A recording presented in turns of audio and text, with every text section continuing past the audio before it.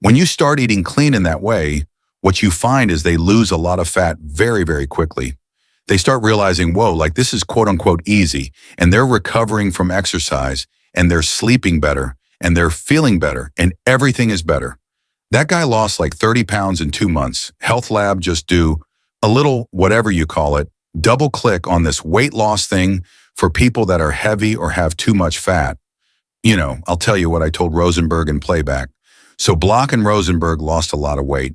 Other guys have lost a lot of weight, and women have lost a lot of weight the following way. I just give the following instruction. Just say you can eat meat, fish, eggs, fruit, and vegetables. You're not going to eat bread, pasta, rice, tortillas, anything else.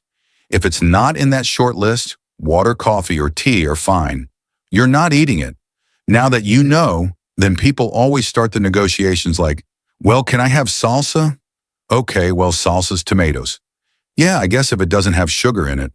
Okay, but how about just like eggs for breakfast and some fruit? How about a ribeye steak for dinner and a salad or two ribeye steaks? I don't care if you eat 2 ribeye steaks. Most people don't want 2 ribeye steaks. What you find is that people who've been eating a lot of processed foods and excess carbohydrates and fats together, when they switch to eating meat, fish, eggs, vegetables, and fruit, and nothing else except, of course, drinking enough water, coffee. No, you're not drinking alcohol. No, you're not drinking milk, etc. What you find is they lose a lot of fat very, very quickly, very fast, mostly because they bring their caloric intake down below what they need each day in terms of their activity. They're in a caloric deficit, as it's called, but they're very sad. Protein is very satiating. You have a ribeye steak. You don't really want a second, but you could have a second one and a salad and you're good. Then watch, you eat 1 bite of pasta or bread and all of a sudden you're hungry for more of that. And this has to do with the way that carbohydrates impact our appetite. I'm not demonizing carbohydrates. This is not a ketogenic diet. But what you find is, and Jacob will attest that, they lose 10 pounds in the first week. Some of that's water weight, but that gets them headed in the right direction. And then, of course, they should also walk.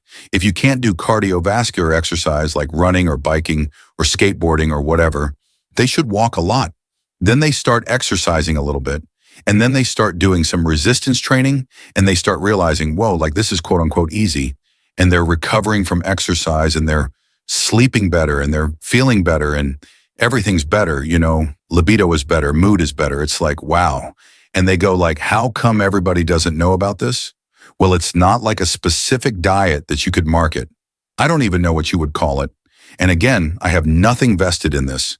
There's no book about this, but there must be a dozen or more people that I've handed this idea off to directly that have lost.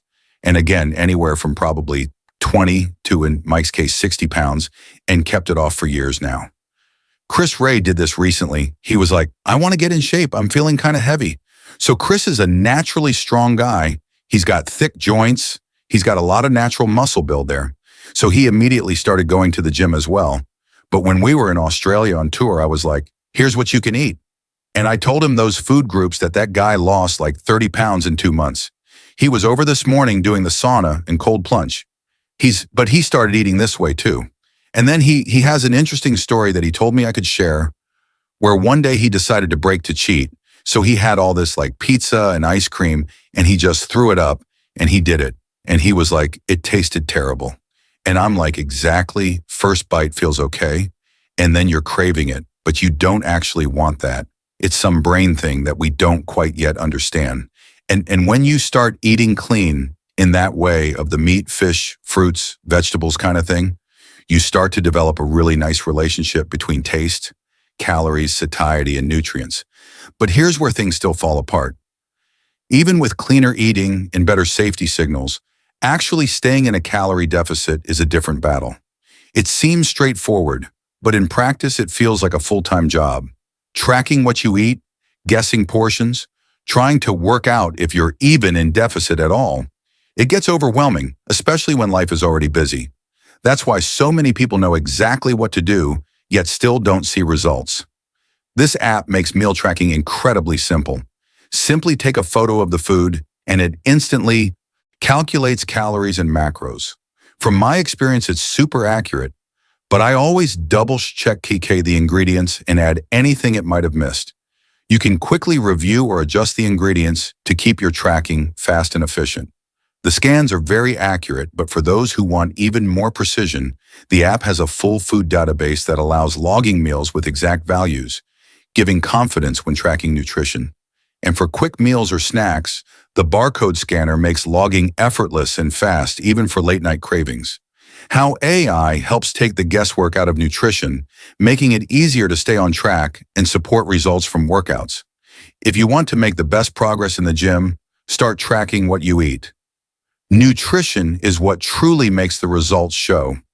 Cal AI helps keep your nutrition on track, making it simple, effective, and affordable, so your effort in the gym actually pays off. Just click on the link in the description. Use code HealthLab for a 3-day free trial. Thank you, Kalai, for sponsoring this video. Music, and you're eating high-nutrient food, meat, fruit, and vegetables. Super high-nutrient food. And he's like, it's just transformed his life, you know? And I don't take credit for this. This is well known for ages. It's just that people are always like, oh, I'm going to do this diet, or I'm going to do that diet, or what supplement should I take? It's like the supplement you should take is stop eating processed foods and highly processed foods. Start moving more, start eating really great quality protein and fruits and vegetables, and you're going to feel like $1,000,000. And there it is. And he probably is putting years on his life now.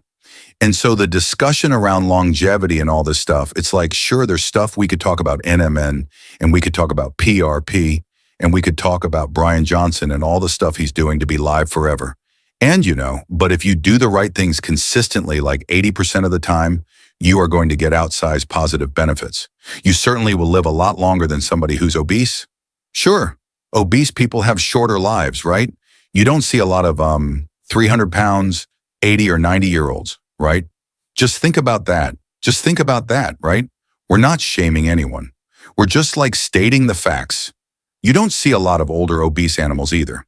So let's talk about movement, and the more traditional kinds of movement, also known as exercise, has been shown to lead to increases in metabolism and fat loss to greater degrees depending on whether or not, for instance, you're fasted when you do it or not, whether or not you do your cardio first or your resistance training first.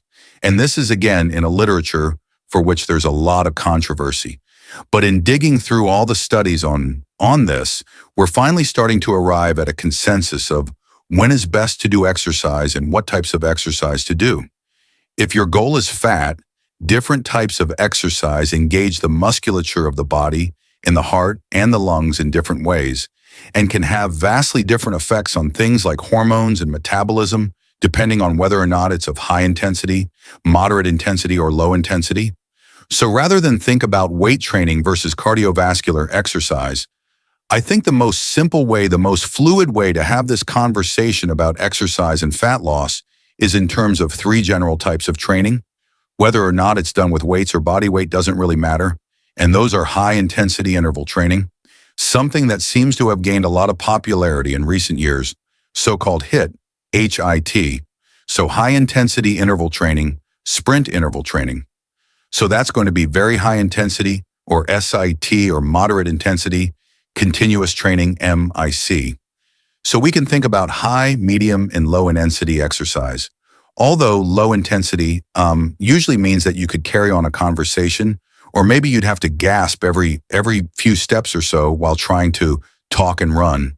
That's, I think, going to be the most useful way to have this conversation that we're having now, because there's so many different forms of exercise that people do, and intensity is important.